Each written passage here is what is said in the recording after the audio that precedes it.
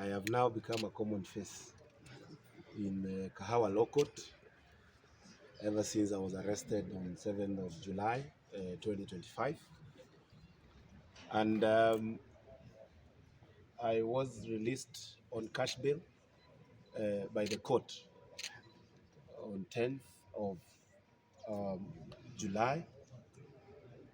The ODPP requested for time to do investigations. They were requesting for 2 weeks, but they were given 30 days.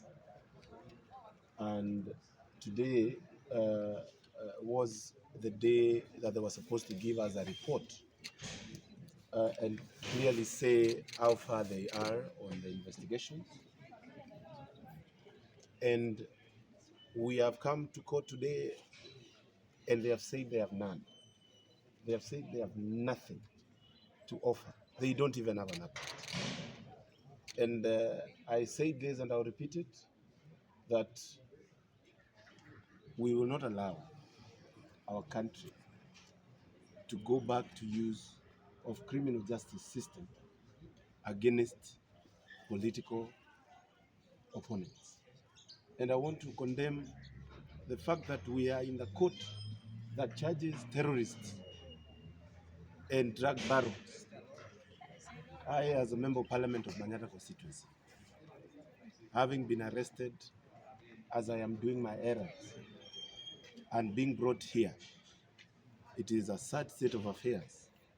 And I'm not speaking about this only for myself, but even the many young people that are in this court today being alleged to be terrorists. And I want to address the president and tell him, stop using the criminal justice system to suppress the voice of the people. Today is an indication that all this is just actually a fishing expedition to try and see if you can try to harass the member of parliament of Manyatta. And I want to address the president and tell you, I am not going to fear. I am not going to be cowed.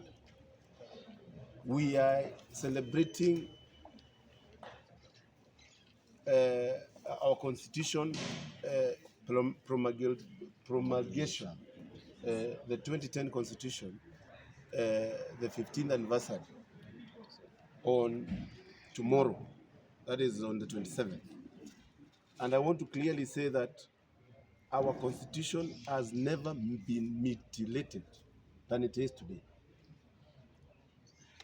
You are playing with our constitution while at the same time you want to look holier than thou.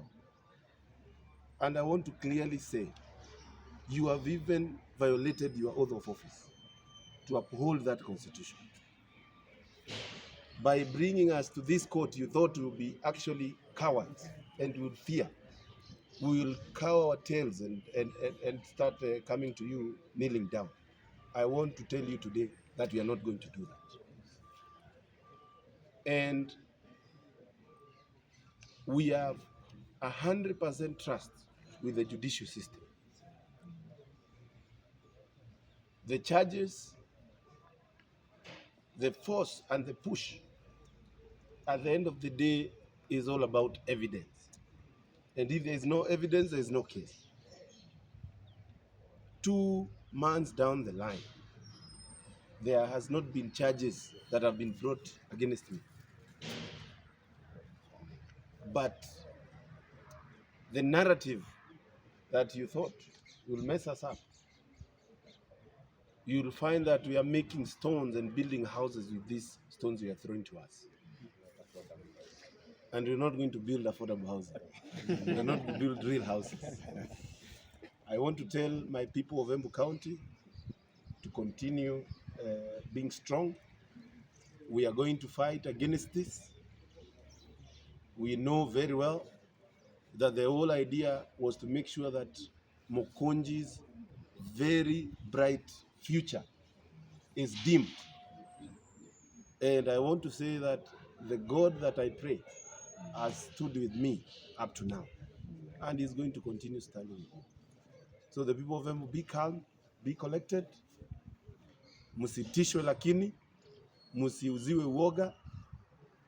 Hii maneno ya koti hadi saa hizi hawajaleta kesi yoyote, hii maneno itaisha. And I want to say the president has actually violated the constitution of Kenya from chapter 1 to chapter 18. He has violated the Integrity Act with the corruption that is ongoing today. We have seen what is happening in SHA, where the collection is perfect, but what the people who are giving that money don't even know what they expect. Today you are told it will not be paid, tomorrow is not, you're given something small. Whereas millions and billions of Kenyan shillings is being collected. We have seen what is happening in e-citizen. You have violated the chapter 6 of our constitution. You have violated chapter 1 of our constitution on sovereignty of the people. The people of Kenya today. You have even violated the state, the republic, by actually endangering us to our neighbors, the Sudan, through the sale of firearms. You have violated the constitution, including the right to demonstrate. You have violated this constitution even on matters land. Article 62, whereby public land now has been left to be built houses that we don't know whether they are your poker player thing, where you can dish out and not give, and we really don't know what is going on. And we can mention many. We have violated the separation of powers. The separation of powers against with the judiciary and the parliament. You have violated all those constitutions. You have no right whatsoever to even lecture anybody on our issues to do with the Constitution of the Republic of Kenya. But I want to assure you that we are going to defend the Constitution of the Republic of Kenya with our mind, with our hearts, and our bodies, because we believe in that. What about the capitation? Parents are very struggling as today. The right for education has been violated. Thank you very much, Mwanabari. That is also part of what is happening. There is no right for healthcare. There is no right to in this country. Even the right to being a citizen is being violated. And these are things that we have to say clearly and call them out. And as we celebrate our 15 years with the new constitution, Your Excellency the President, you need to know that you found this constitution, you even said no to it, and you leave it when you exit in 2027. Because the point that I'm making here is that our constitution is above everything. And as Saitoti said, the republic, the nation is supreme, and it is bigger than anybody and any individual. Thank you very much. Maybe the last one, Mheshimiwa, is that yesterday we have Embu governor saying that the developments in Embu have been delayed because of the political temperatures that have been brought by Manyatta Mp Gitonga. You know, I don't think I can even answer the governor of Embu. It is very clear there is no development from the national government through the National Assembly, where we make the budget, that has delayed. As a matter of fact, we rank higher in terms of what we have brought from national government, especially in Manyatta constituency, more than any other place in Kenya today.